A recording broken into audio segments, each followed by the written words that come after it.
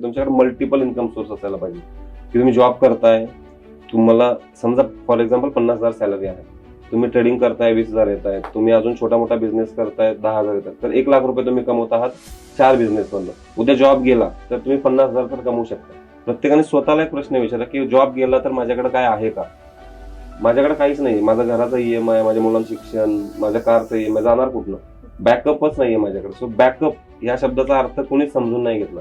तुम्हाला एवढा strong backup पाहिजे ना की माझा जॉबची कुठंच गॅरंटी नाही. कोणी येऊन मला सांगा की माझा जॉब परमनंट आहे आणि फिक्स आहे, किंवा कुठला माझा बिझनेस, तुम्ही बिझनेस करता, मी बिझनेस करतो, की फिक्स आहे हा बिझनेस आणि मला एवढा इन्कम होणार आहे तर मला दुसरं काही करायची गरज नाही, त्याची गॅरंटी आहे का आपल्याला? कधीच नाही.